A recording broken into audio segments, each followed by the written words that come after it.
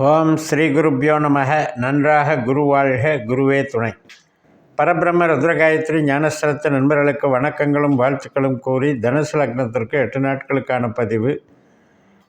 December 27 முதல் ஜனவரி 3 வரை உள்ள 8 நாட்களுக்கு நம்முடைய லக்னத்திலிருந்து சந்திரன் போகக்கூடிய ராசியில் என்னென்ன நட்சத்திரங்களை கடக்கிறார், அந்த நட்சத்திர அதிபதிகளினுடைய பாவ தொடர்புகள் என்ன, இதை வைத்து தினப்பலன்களாக சொல்லப்படுகிறது.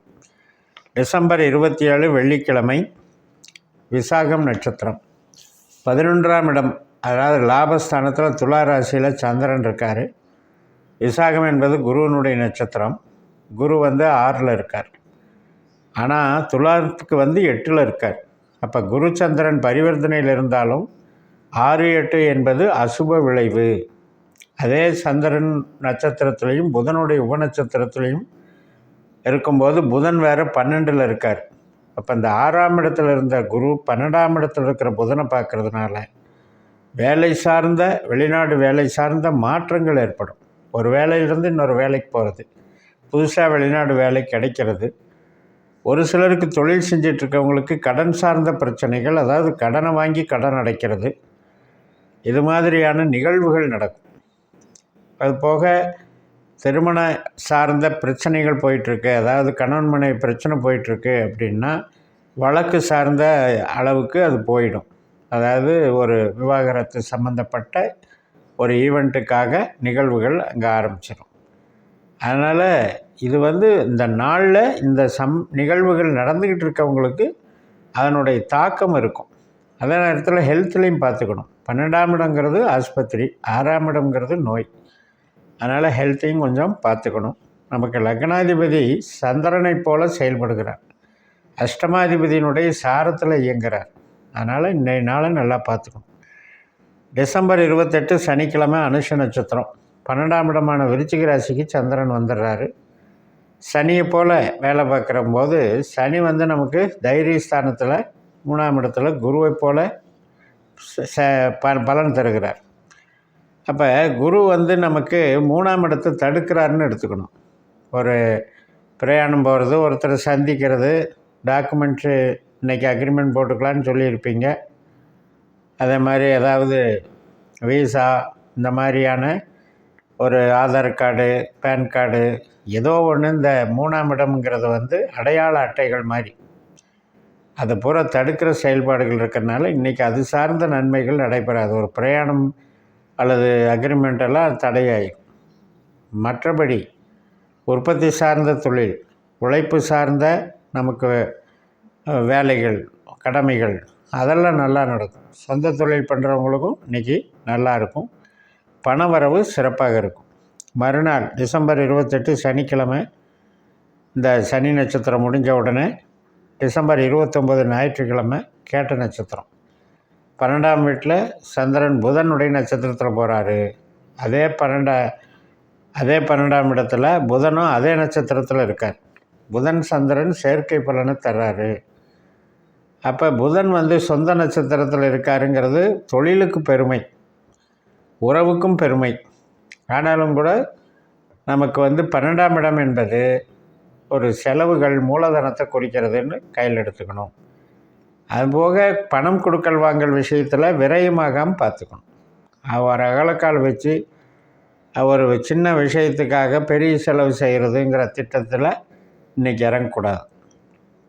மறுநாள் டிசம்பர் 29 ஞாயிற்றுக்கிழமை இந்த கேட்டை முடிஞ்சு டிசம்பர் 30 திங்கட்கிழமை மூல நட்சத்திரம், அது தனுசு ராசியில் சந்திரன் கேதுனுடைய நட்சத்திரத்துக்கு வர்றார். கேது நமக்கு 10ஆம் இடத்துல இருக்கார். அதனால் இன்றைக்கி ஒரு ப்ரொமோஷனுக்கான ஒரு மீட்டிங் நடக்கும், ப்ரொமோஷனுக்காக ஒரு முயற்சி நடக்கும். அதுக்காக நீங்கள் யாரையாவது சந்திக்கிறது, உதவி கேட்குறது, இது சம்மந்தப்பட்டது நடக்கும். சொந்த தொழில் பண்ணுறீங்க அப்படின்னா ஒரு அங்கீகாரம் கிடைக்கும். புதுசாக ஒரு பிஸ்னஸ்ஸு, ஒரு ப்ராடக்ட்டு, அது சம்மந்தப்பட்டது நன்மைகள் நடக்கும். அதனால் கேது அப்படிங்கிறது நமக்கு இயக்கத்தை கொடுப்பார், வேலை செய்கிற இயக்கத்தை நல்லா கொடுப்பார். அவர் சூரிய நட்சத்திரத்தில் பரிவர்த்தனையில் இருக்கார்.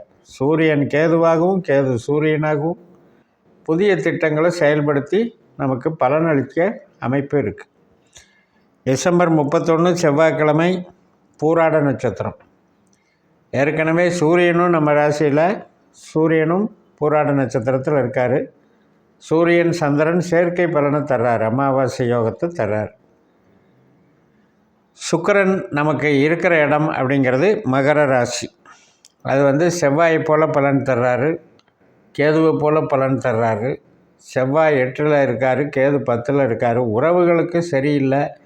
பேச்சுவார்த்தைகள், ரத்த சம்மந்தப்பட்ட உறவுகள் எல்லாத்துலேயுமே பேச்சுவார்த்தையில் கவனமாக இருக்கணும்.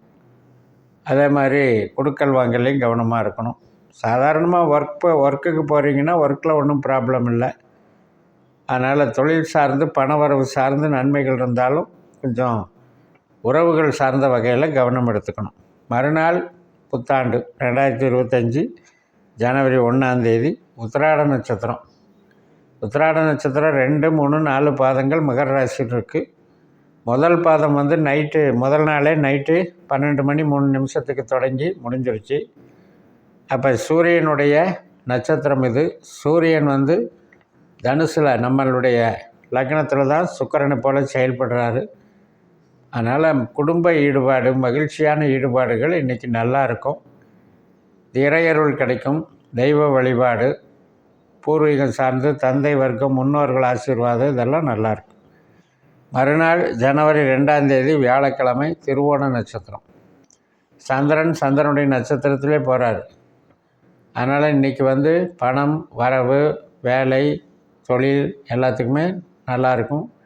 ஹோட்டல் தொழில் பண்ணுறவங்க மற்றும் அக்ரிகல்ச்சரில் வேலை செய்கிறவங்க, விவசாயம் பண்ணுறவங்க, நீர் சார்ந்த பொருட்கள் விற்பனை செய்கிறவங்க மற்றும் உடை தயாரிப்பில் இருக்கவங்க எல்லாத்துக்குமே சிறப்பாக இருக்குது. 6ஆம் வீட்டில் குரு இன்னொரு சந்திரனுடைய நட்சத்திரத்தில் ரோகிணியில் இருக்கிறனால இந்த குருவும் சந்திரனும் 2ஆம் இடத்துலையும் 6ஆம் இடத்துலையும் ஒரு சுப விளைவை ஏற்படுத்துகிறாங்க.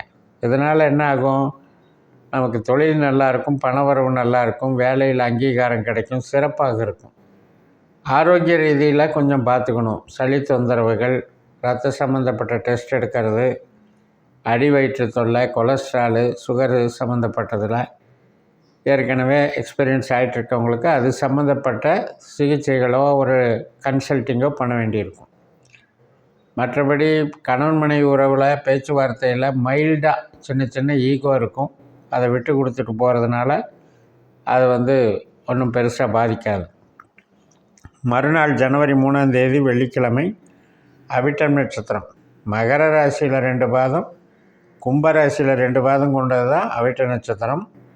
அவிட்டம் 1, 2 பாதங்கள் முடிஞ்சு மறுநாள் அவிட்டம் 3ஆம் பாதம் 10:43 தொடங்குது.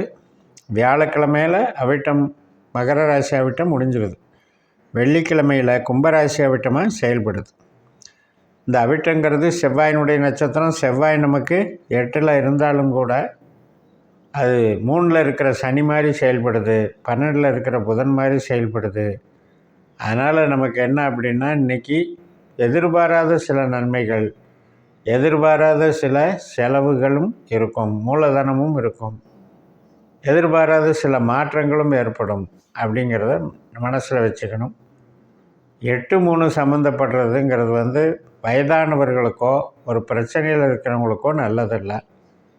8-3 இப்போ நம்ம வேலை பார்க்குறவங்களுக்கு, சிறு வயதில் இருக்கிறவங்களுக்கு சம்மந்தப்படும் போது எதிர்பாராத சில நபரை சந்திக்கிறது, சில தகவல் தொடர்பு கிடைக்கிறது, ஒரு அப்பாயின்மெண்ட் ஆர்டர் கிடைக்கிறது, இப்படி சில நன்மைகளும் அங்கே நடக்கும். 8ஆம் இடத்துல இருக்கிற செவ்வாய் நம்முடைய ஜனன ஜாதகத்தில் நல்லவரா கெட்டவரான்னு பார்த்து பலனறியணும். பொதுவாக 4ஆம் இடத்துல ராகு, 8ஆம் இடத்துல செவ்வாய், 12ஆம் இடத்துல புதன் என்று இந்த வாரம் உங்களுக்கு கொஞ்சம் உழைப்பை, தீவிரமான ஒரு அதிக உழைப்பு, குறைந்த வருமானங்கிற வகையில் நடத்துதுன்னு சொல்லி நிறைவு செய்கிறேன். இந்த சேனலை சப்ஸ்கிரைப் பண்ணுங்கள், ஷேர் பண்ணுங்கள். உங்கள் தனிப்பட்ட ஜாதக பலாபலன்களை என்னுடைய வாட்ஸ்அப் நம்பரில் தொடர்பு கொண்டு பலன் பெறுங்கள். உங்களிடமிருந்து விடைபெறுகிறேன். உங்கள் JMS. நன்றி, வணக்கம்.